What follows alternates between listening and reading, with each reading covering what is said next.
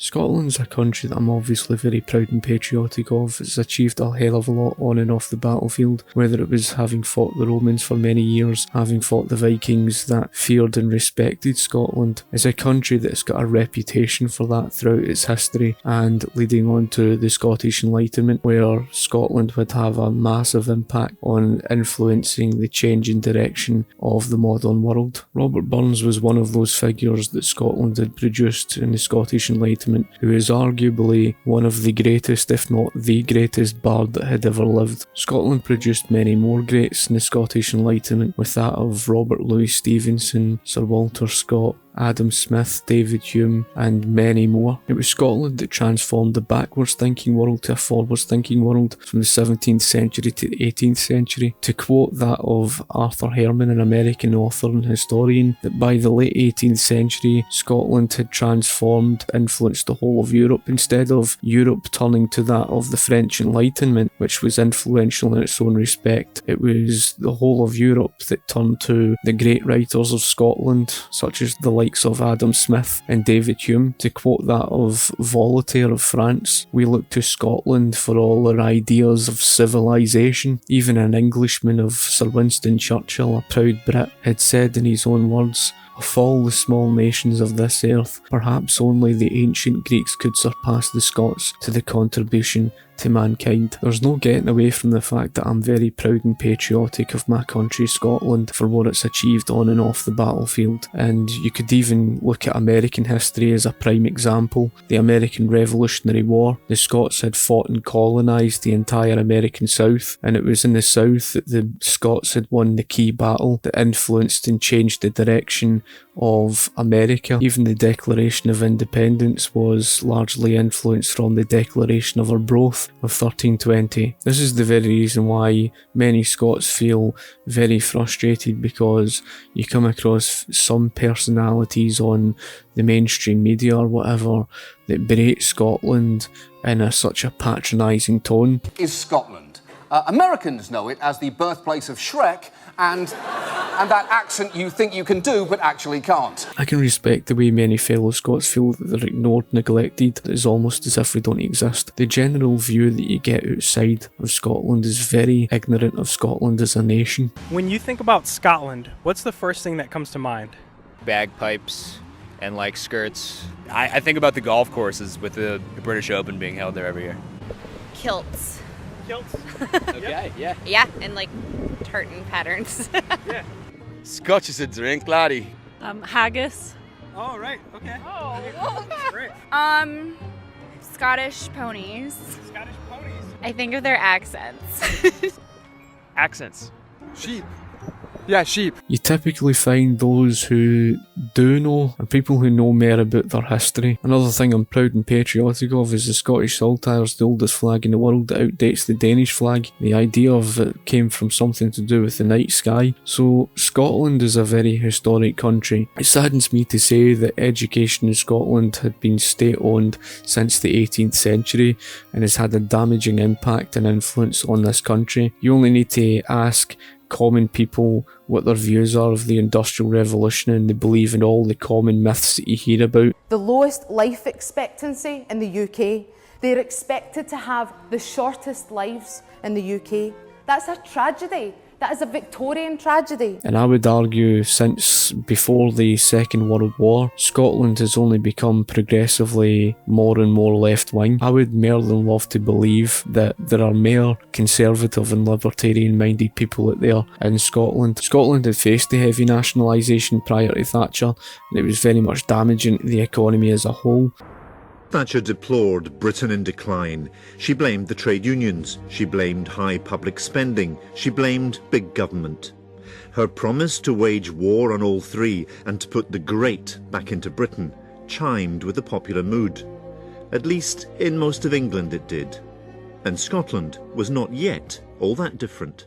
Margaret Thatcher was not as radical when she became Prime Minister as she subsequently became, not because she didn't have the instincts or the potential, but because the objectives in 1979 were relatively modest: to deal with inflation, to try and bring some order to the trade union situation, and to help give a kickstart to the economy through the private sector. Inflation was taking off again. In short, we were a nation which all too plainly had lost its way and almost abandoned hope of ever finding it again. The unfortunate thing is with a lot of people's views in this country is that they think Thatcher destroyed the economy. They think that she was the one that destroyed it through the deregulation and privatisation. The narrative that I was brought up with was that once there was an evil world in which the state didn't look after people and in which people could starve to death. It was the world recorded by Charles Dickens and all the rest of it, where there was no national health service, where education was dependent on your ability to pay for it. I was brought up to think of these things, and I don't think wrongly, as evident evils. And I was brought up to think that the British welfare state of the post-war period had resolved that and had determined to create a society in which these evils would no longer exist. So I was actually quite viscerally shocked when I met this kind of flying wedge of people who thought that the welfare state was a bad thing. You see, they don't understand economic history. They don't realise why the privatisation was brought into place. And there's certainly no such thing as democratic socialism. I've always argued that. I've passionately defended that position, and I've spoken about it even before the Scottish independence referendum, and I still stand to that position to this day. I had this recent argument with someone, and he's basically trying to point to these Scandinavian economies, and he's saying, well, look at their democratic socialism, and I'm thinking to myself, you don't even understand what those economies are. Those economies are what you call social market economies. Social democrats will always turn around and say to you, deregulation caused the banking crisis. The entire economic structure of Britain is failing, and Scotland's got a unique opportunity to move away from that economic model that's run on greed, debt, speculation, trading in derivatives, that kind of shadow economy, you know, that emanates out the City of London. That type of economic system, basically what it's done is it's taken the wealth that's created from all over these islands, from everywhere, from Aberdeen to Liverpool. It takes all of the wealth created by normal people and pulls it right down into the City of London. It pulls it right down and makes that banking class, that unregulated banking class, even richer, and it makes all of us pay the brunt of the cuts of austerity. And that was the reason why, when I looked at the whole Scottish independence debate, can we protect our state pensions? Can we protect our state healthcare, our state education? It was YouGov polls that were done from people across the UK, and it showed something really interesting. It showed that 12 to 1 people are against the privatisation of the NHS. Nearly 70% of people back rail renationalisation. Nearly 70% of people want to see a public Royal Mail. Nearly 70% of people want the nationalisation of all major energy companies. But no mainstream party at Westminster is making these arguments. And they're saying, oh, but look at Norway, but look at Sweden, and look at Denmark. Look at them with their higher tax rates. And I'm thinking to myself, you actually think they're benefiting for their higher tax rates? They're just arguing for the same stuff. Now, obviously, I voted for Scotland to remain in the United Kingdom, and for me, it was never about the whole thing over yes and no, whether Scotland would be an independent country or no, right? Because at the end of the day, I just looked at both sides and I thought to myself, how many people in Scotland support capitalism and how many people UK-wide support capitalism? The Scottish National Party basically want to sell us after the EU SSR, and then of course it would lead to an economic mess, and then the Unionists will turn around and say after Scottish independence, oh look, I was proved right about my point. Most of them went and voted for the EU SSR, and I'm looking at them kind of thinking to myself, but you were calling for Scottish independence. What planet are you living on? This country would go right down the road of living hell. A mixed economy is not going to save them. And that was always my argument against them. And a lot of them had this attitude, and I pointed out before. They think it's just a case of, oh, look at all the North Sea oil we've got, look at all the natural resources. That's not what an economy is supposed to be about. Did Hong Kong do that with their practically no natural resources? No, they didn't. And it wasn't because of the British government that they thrived and prospered. It's this idea that people have that they can just tear the arse out of natural resources like as if it's nae tomorrow. They've got the same attitude as the Marxists and that of the likes of these countries like Bolivia, etc. Listen to this clip, folk. I'm delighted to announce today that by the end of this Parliament, we will set up a publicly owned, not-for-profit energy company. Why do you think Nicola Sturgeon would come out with something like that? Do you think she would be saying something like that for absolutely nothing? You think she would come out and promise those things of pie in the sky for nothing? They didn't do that for nothing, although they didn't live up to their promises because they know it's just unachievable, right? That's the view of a lot of people in this country, that you should nationalise this and nationalise that, we should just nationalise all the land and everything. And okay, you could say, oh well, about democracy, very good.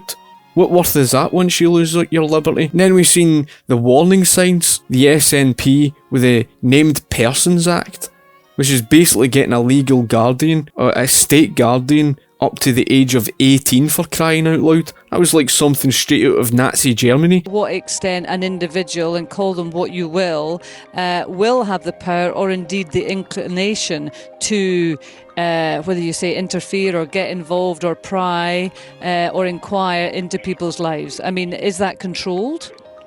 I mean, yes, can you hang up the phone and say, go away, I'm not interested, you know? They phone up and say, hello, I'm your child's assigned named person. I'd like to switch. No, bye. Can you do that? No.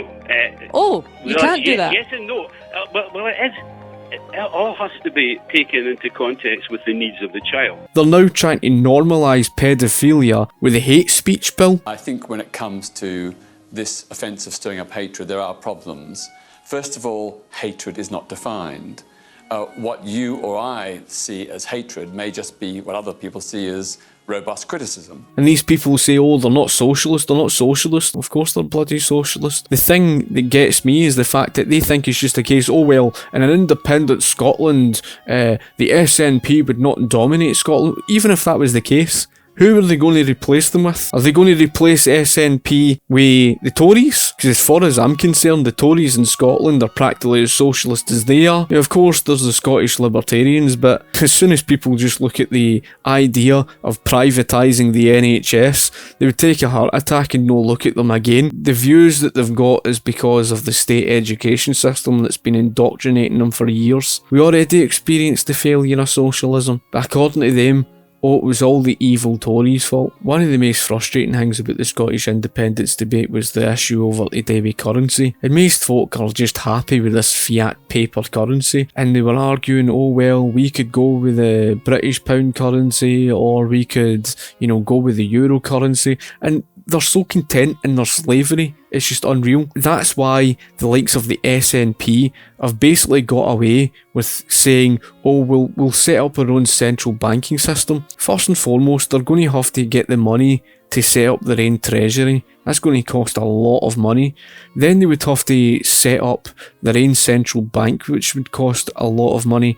And why the hell? And that's the frustrating thing. When I'm calling to abolish the central banking system, why the hell would I want Scotland to separate for them to basically set up another central banking system? That's something that would make you want to smack your head off a brick wall. Scotland has the largest deficit in Europe, or has had for several years, which isn't promising, and the creditors would not stick around. In fact, they warned the Scottish Libertarian chairman that Scotland was to separate from the Union, then of course they would not stick around. Now creditors, are the ones with the purse strings. They leave the country, you're left with the printing press, right?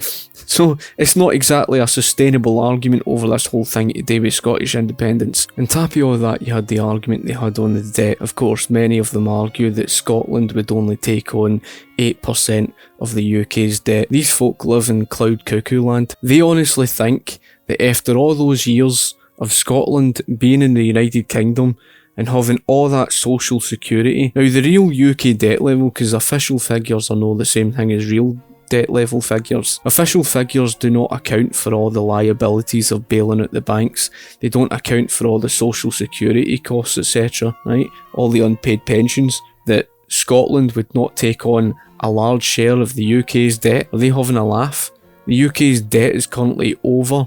It's probably well over £10 trillion by now, and that was because of the pandemic, right? So you had even more bailouts. The last time I checked, before the whole pandemic, the lockdowns and stuff, it was about 2.2 trillion in terms of the official figure, and at that time you would say it was probably more than £9 trillion as the actual real figure.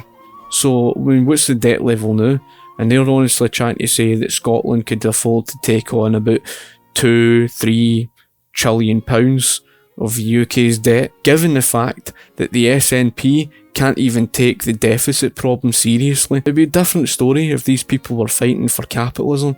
It'd be a different story if these people were fighting for free market money, if they were fighting to get rid of the central banking system, if they were actually fighting for something real, fighting for basically mere socialism. There's more pandas in Scotland than there are of the Tories, because in their eyes they think the Tories are somehow capitalist. So that's why I don't support Scottish independence. They really haven't got a credible argument, and the fact that they want to emulate these economies that they try to make out as if successful, these Scandinavian economies that are stagnant, that have got severe lack of productivity in their domestic economies, that have got a high suicide rate, and they constantly turn to that happiness index. These people who talk about the happiness index is a bit like that of the Nobel Peace Prize or Nobel Prize winners, lacks so much credibility.